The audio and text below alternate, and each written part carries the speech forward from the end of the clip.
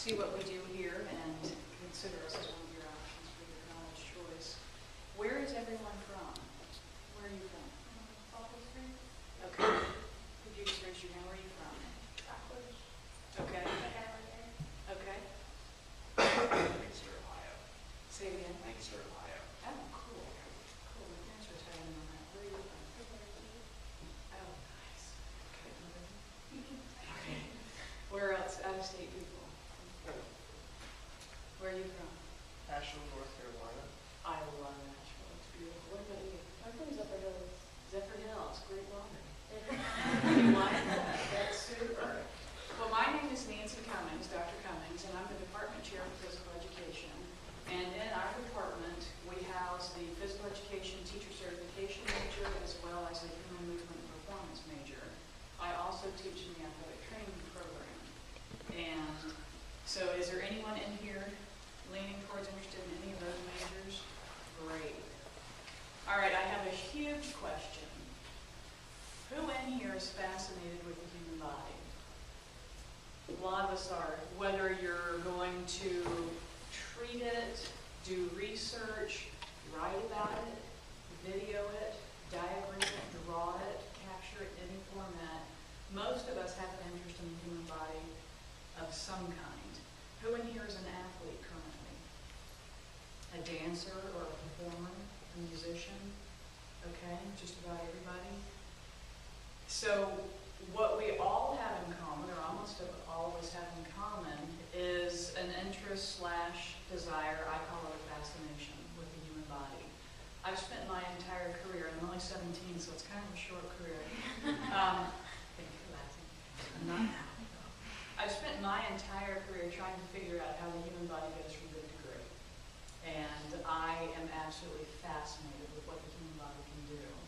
And what we're going to do today is go on a little exploration, and we are going to figure out in a very simple level, quickly, how the human body moves.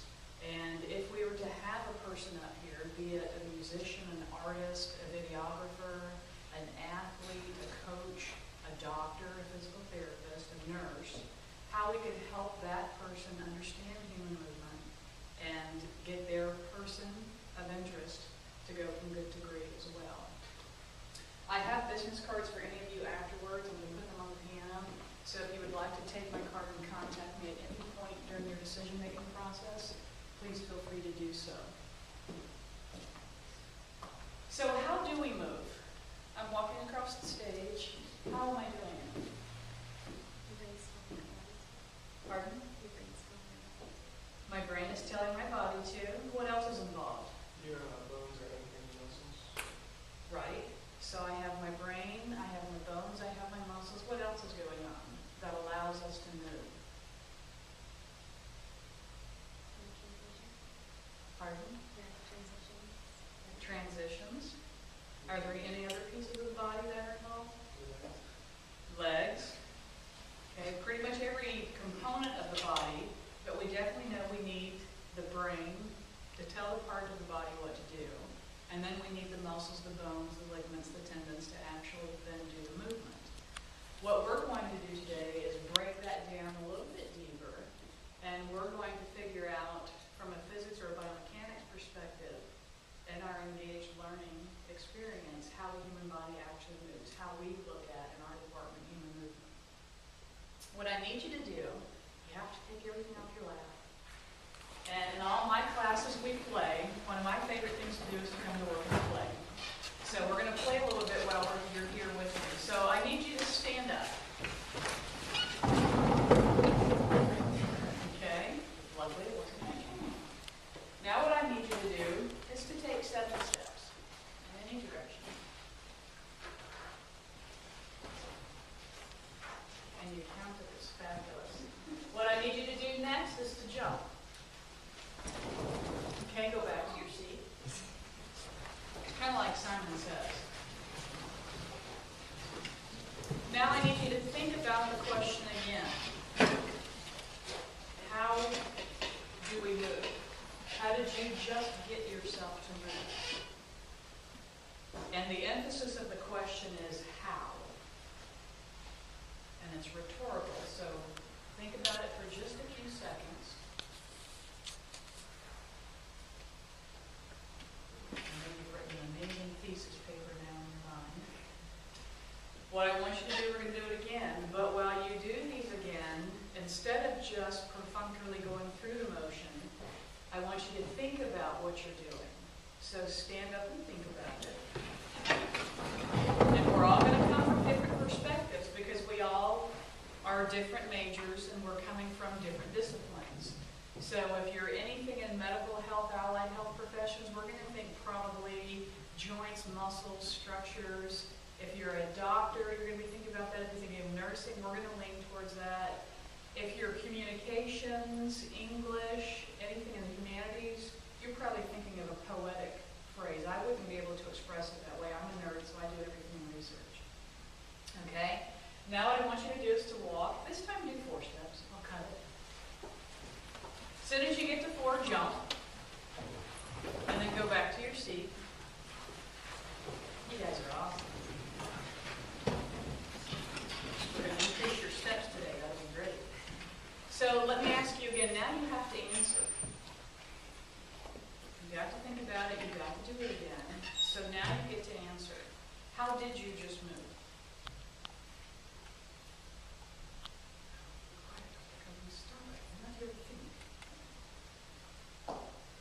Who can answer deeper than just brains, muscles, bones?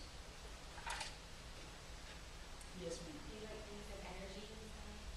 Yes. Now we're going somewhere. So we used energy, remember from some of your middle school, high school classes, potential, kinetic energy, absolutely. So we have a transfer of energy. Has anyone tapped into physics? Levers, mechanical advantage. Okay, that's where we're getting ready to go. What we want to discuss, if you think about the movement, all of movement occurs around the what in your body? A joint. So if you think of the joint and the motion of the joint, every movement that you have really is just rotation around a joint.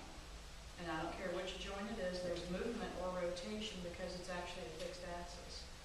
So we're going to have rotation around the joint. The next thing we have are the levers. The easiest joint to think about is the elbow. So if we have the levers, what 2 parts are going to be your levers? Your forearm and your upper arm. So we have 2 levers involved, and then we also have to have what? The fulcrum, which is what we call what? It's a joint, okay?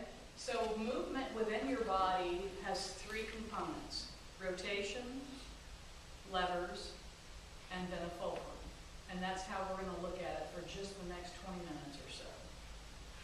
And when we think of the fulcrum, it's a fixed pointer axis, but there are a couple of situations in the human body where it's also a balancing point. And we're going to talk about that next. When we think of rotation, and those of you who are athletes, we're always trying to do probably 2 or 3 things. One is, especially if you're an offensive or a defensive lineman, what are we trying to increase? If you think of anything like that, or if you're a jumper, you're pushing off the wall if you're a swimmer, we're typically trying to increase force. So if you think of that explosiveness, or immediate impact, you're a pole vaulter, you're a high jumper, anything like that, that's where we try to increase and magnify force. What we're looking at is, what do we do with the joint, with the levers, and try to gain the best mechanical advantage that we can. Because we always want to be bigger, better, faster, stronger, don't we? That's what we're always trying to do, even just in life in general. And that, in our world, is called mechanical advantage. So we do that by increasing force, which means you're going to be stronger, or you can push, or you have explosiveness. The other option is speed of rotation. If I'm a runner, which I used to be a runner, I don't want to hit the ground harder. I want to do what with my legs? I want to turn them over a lot faster. So I want to increase rotation. So that's one of the 2 ways that we try to establish mechanical advantage. The third way is change of direction or pull. Soccer, lacrosse, basketball, volleyball, any of those sports represented here? Okay, a lot of you guys. Now, do you just run? I'm a runner, so I just kind of ran. The track curved, so I would curve. And then I ran on the straightaway.